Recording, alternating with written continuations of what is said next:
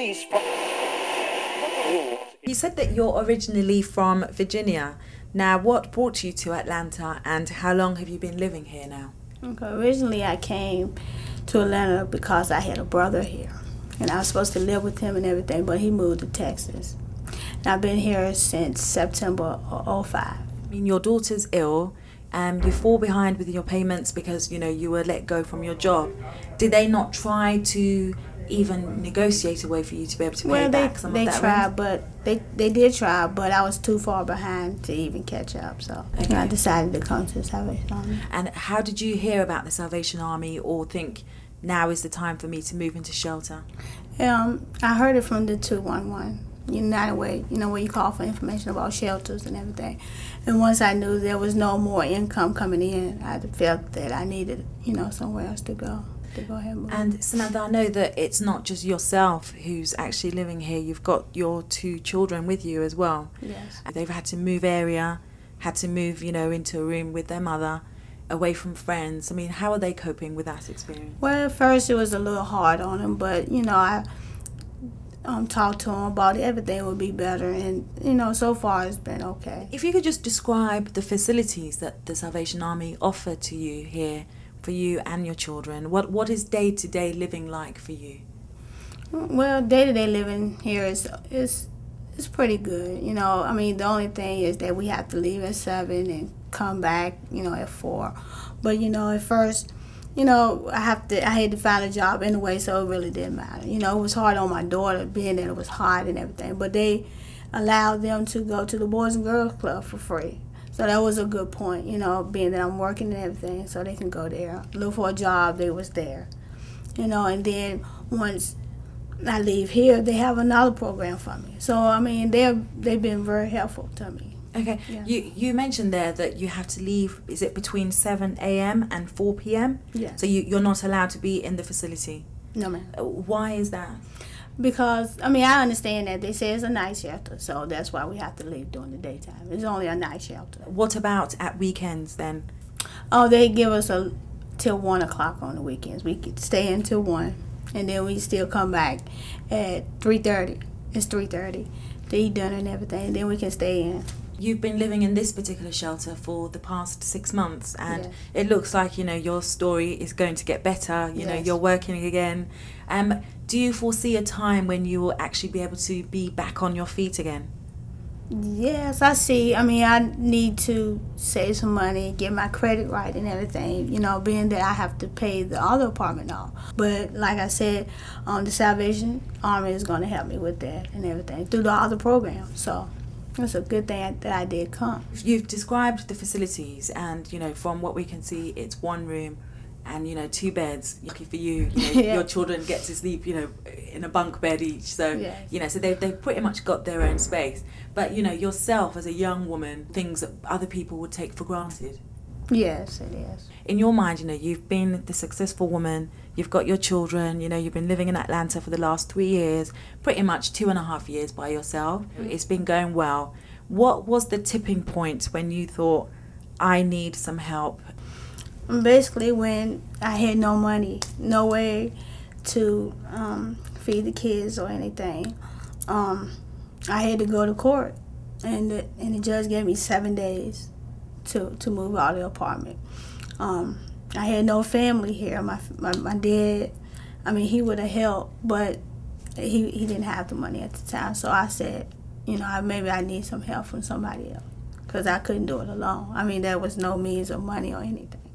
You know, one of the interesting side effects of having a homogenous labor group like we have at Cabbagetown is that some of the traits that a group like that will bring into a new situation transfer very directly.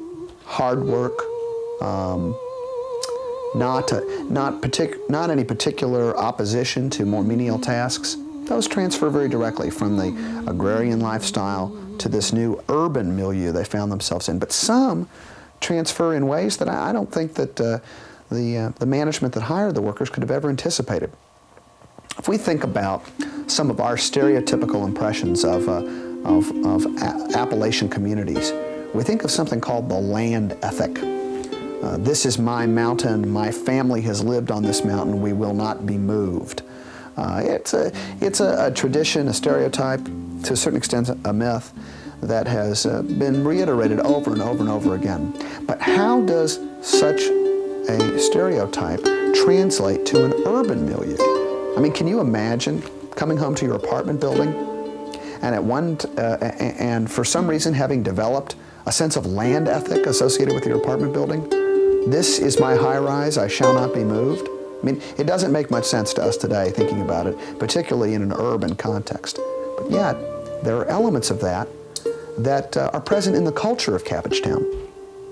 Why, as the city of Atlanta became economically robust, as it grew over time, became an interesting and diverting area, but Cabbagetown stayed the same, why would people stay? Could we say it's the only thing they knew? That would be patently wrong. They were exposed to the mass media as everyone else was. So why did the workers stay generation after generation? What was going on there? While mills were falling by the wayside, needing to make technical improvements, becoming uneconomic to operate, here was a mill who was acquiring contracts to make tarps for World War I, for World War II, for the Korean War. And just as the market for these goods would evaporate, it just so happened the United States would go to war again, and it would be time to restock and resupply tarps. So other mill towns were having to diversify. Other mill towns were closing down, and those workers were going back to an array of other industries, or were having their trial by fire, going through their periods of intense poverty. But not so at Cabbagetown. Here, the homogeneous workforce that had stayed with that mill year after year after year again was making just enough to stay profitable and making just enough to stay attached to the mill. That's the way that Cabbagetown stayed almost an unchanged island, an industrial anachronism, all the way to 1970 when the mill finally closed. Now, I'm not suggesting that the market for these goods didn't fall off over time. It certainly did, but to think of it, to have the main employer in this area be the same from 1886 to 1970, what kind of skills do those workers take with them when the mill closes in 1970? And that really is one of the saddest chapters in Cabbagetown's history, you know. What happened post-mill? How were you able to actually survive yourself? You're still very young. Any kind of positive work somebody got for me to do, man, sir, I try to do it. Which before, you know, I was going about doing the wrong things, stealing cars and shoplifting. And, you know, I can admit my wrong because now I ain't doing it no more. You know, and the only person I got left was my uncle, my sister, my daughter, my son, and my grandma. But you know, the closest person to me is my grandma and my uncle right here. The weather's changing now and it's going to get slightly colder. So how do you cope and how do you survive in the winters? Well, I just try to wrap up warm, you know, survive. It's like a jungle out here when you ain't really got nobody. Sometimes, you know, it'd be hard to get money when somebody ain't really got. They don't want you to clean up their house for them, or take out the trash. A couple of dollars here or there, you know, because I ain't doing nothing wrong no more but jail. I've been going to jail since I was 14 years old. You just take odd jobs and that way, you know, you're getting some money. Yeah, man, anything positive somebody want me to do. Before take some tires off this truck, hot truck, something, no, you do it. Yeah, and do the police bother you a lot when you're on the street? Sometimes they'll ride by and just stop and stare at you, you know, like you finna do something wrong. And I feel like sometimes, you know, because we might walk through a set of apartments, you know, on my way to my grandma's house on Griffin Street, it's the Bluff. A lot of killing be over there, you know, and they like the rivalry between New Orleans guys and Atlanta guys, you know, they just killed a few people over there, you know. You know, so it's hot over there in the drug-infested area, and the little kids and stuff, you know, but they don't put everything that happened over there on the news like it should be. And my grandma be worried about me and stuff. You know, I try to go back and see her every time I can. Just left from over there, you know, clothes. So I know you mentioned mentioned that you've got children.